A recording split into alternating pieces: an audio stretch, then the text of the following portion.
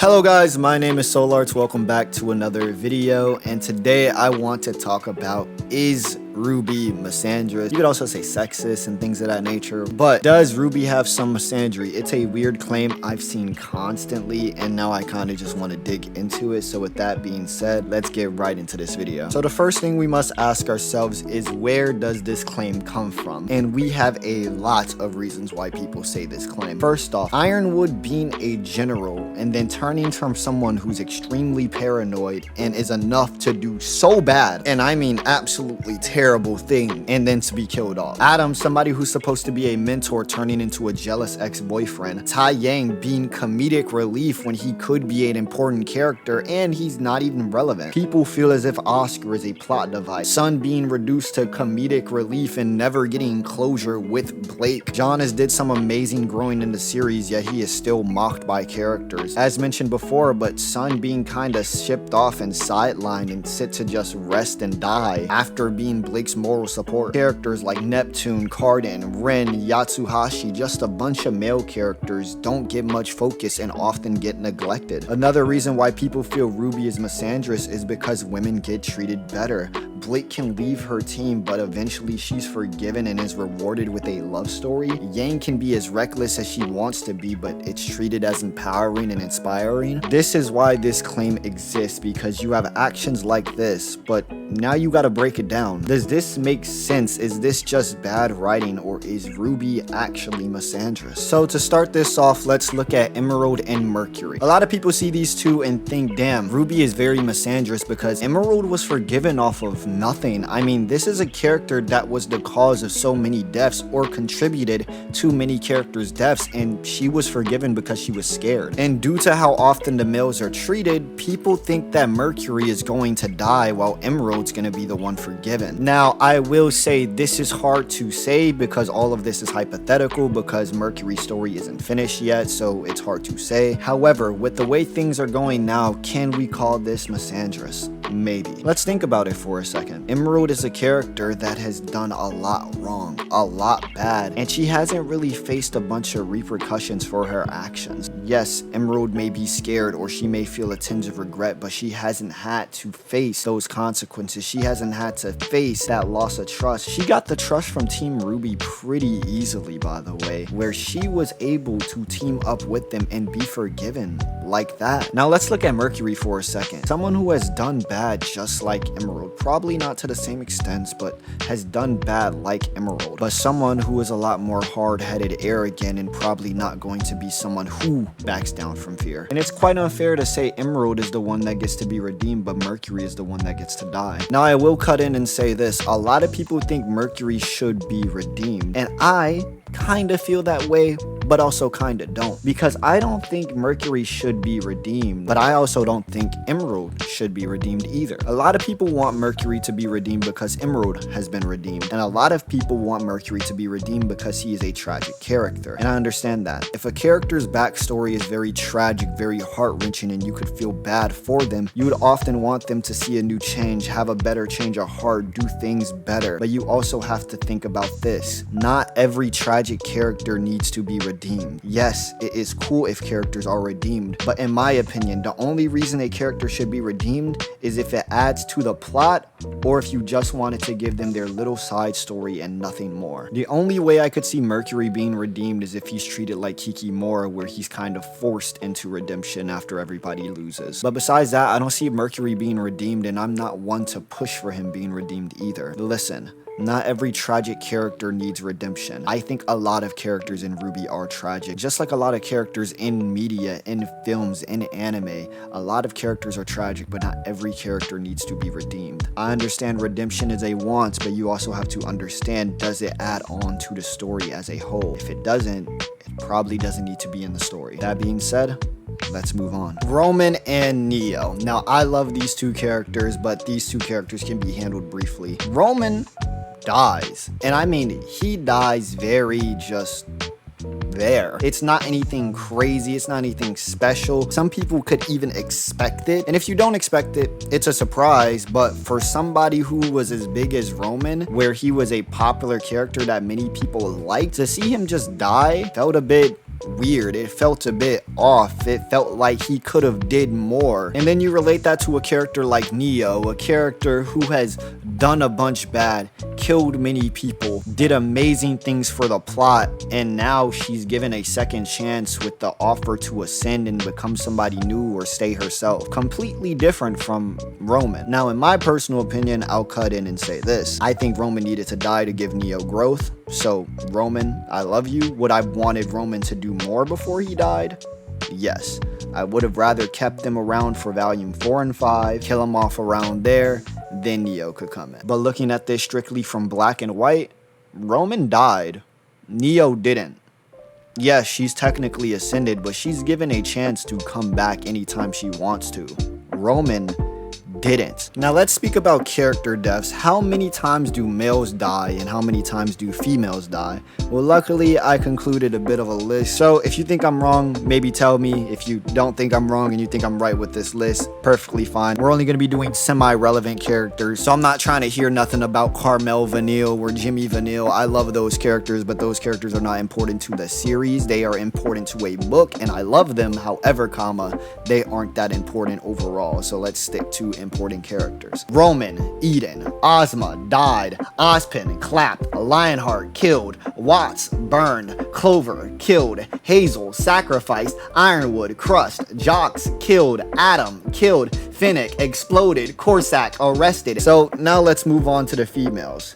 Pyrrha, killed. Amber, killed. Penny, died 3 times. Summer, killed. Vernal, killed. Freya, died. Neo, ascended and probably could come back. But with that list of characters, you have 12 male characters who are died, arrested, or things of that nature. And you have 7 female characters who are dead, or if you want to count Neo, ascended. And if you don't want to count Neo, it's 6. And if you want to count all of Penny's deaths with Neo, it's 10. Either way, the males still win this factor. So another topic to talk about is males losing meaning. And I think the biggest people who you can relate this to are Adam and Ironwood. If you are a bit confused about Adam's story, I suggest listening to the songs from Shadow. They tell these character stories so well that sometimes people can say it tells it better than the series. So with that being said, go give those songs a listen if you haven't already. But the reason I mention this is because these songs share Adam's story. A person who wants to lead Faunus, to take control, somebody who was consumed by hate, rage, vengeance,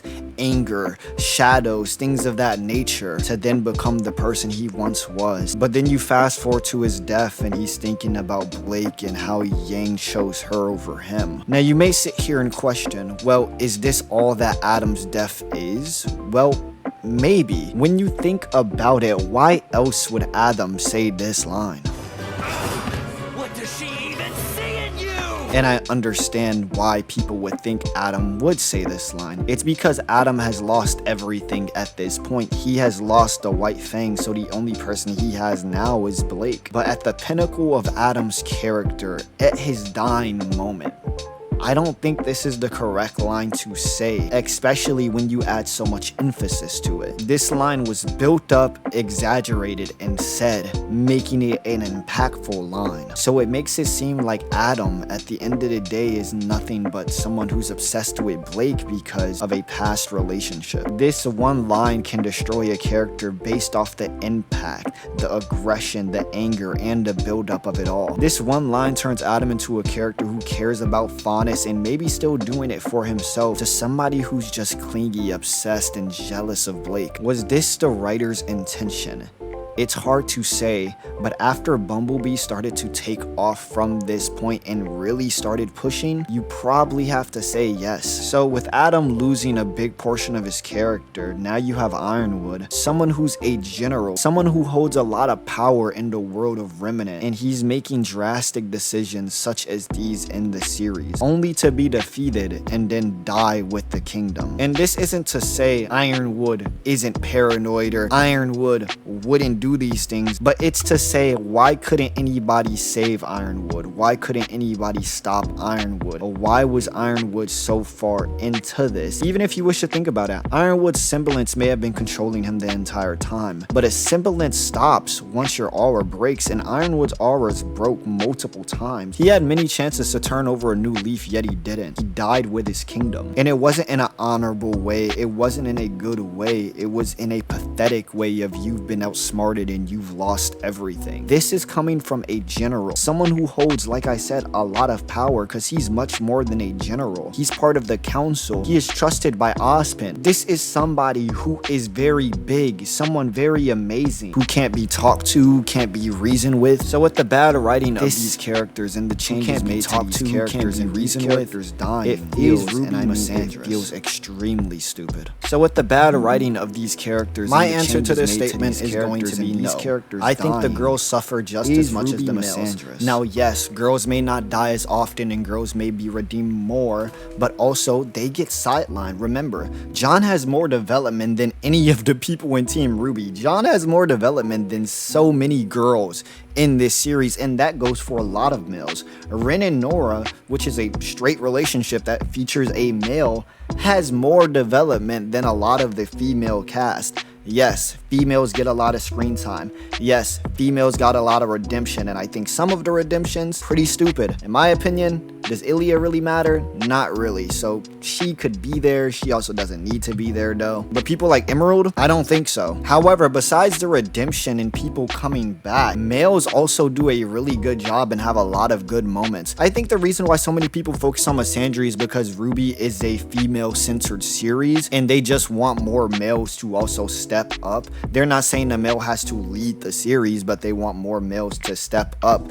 to be put into action, to actually have growth and change like some of the female characters, or given chances like some of the female characters. But I think these fans also need to understand this. Not every character needs to be redeemed, and some characters just need to die. As much as I would want Roman to live past Volume 3, he served his purpose already. Could he have did more? Of course, but did he need to do more? No. He also caused the path for Neo to grow, and I understand that she's a female character, but he also did so much more for another character, and that's just helping the series overall. Lionheart completed his goal. Lionheart needed to die. There was no redemption for you. You betrayed kingdoms, you betrayed Huntsman, you got so many people killed, you sided with Salem all because you're a coward.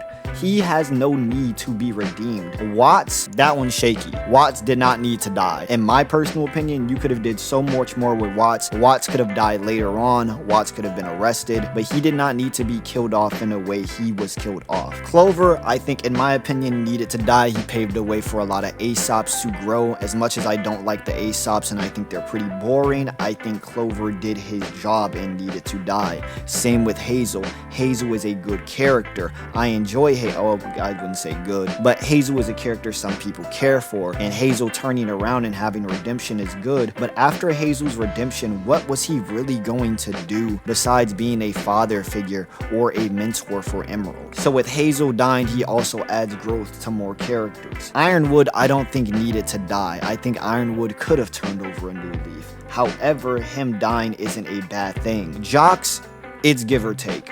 It's Jocks, we don't necessarily care. Adam dying, perfectly fine. I don't think Adam should have kept living. However, I don't think Adam's final moments should have been what they've been, nor do I think Bumblebee should have been able to defeat him just by taking away his sword. Remember, this is a top-class fighter. How are you, as a character, this bad without a weapon? This isn't somebody like RWBY, by the way. Adam is like, what, 21, 22, probably 20? This is a character that should be good without a weapon. So Adam dying to this, while Yang should have probably been traumatized, while Blake should have been traumatized as well and injured because he was put in a pause on her previously before Yang jumped in. I don't think they were at the position to beat Adam the way he did. I think if Team RWBY jumped him, maybe, but beating him with just Blake and Yang, I don't think it makes sense power scaling wise.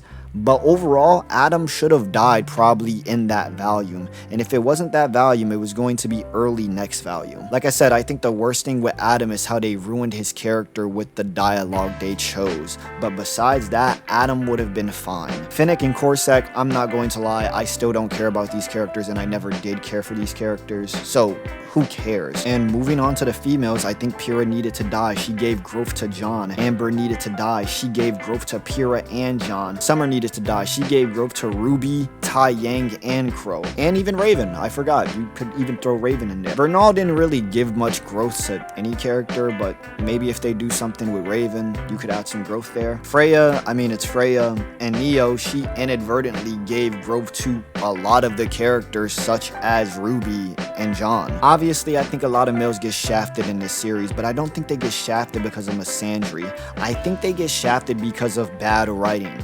That's it. I don't think the team of writers we have now is saying, oh, this character's a male, oh man, we're gonna have to kill them off in the most brutal way possible. This character's a female, man, there's a chance for redemption. They'll come back and be a nice person.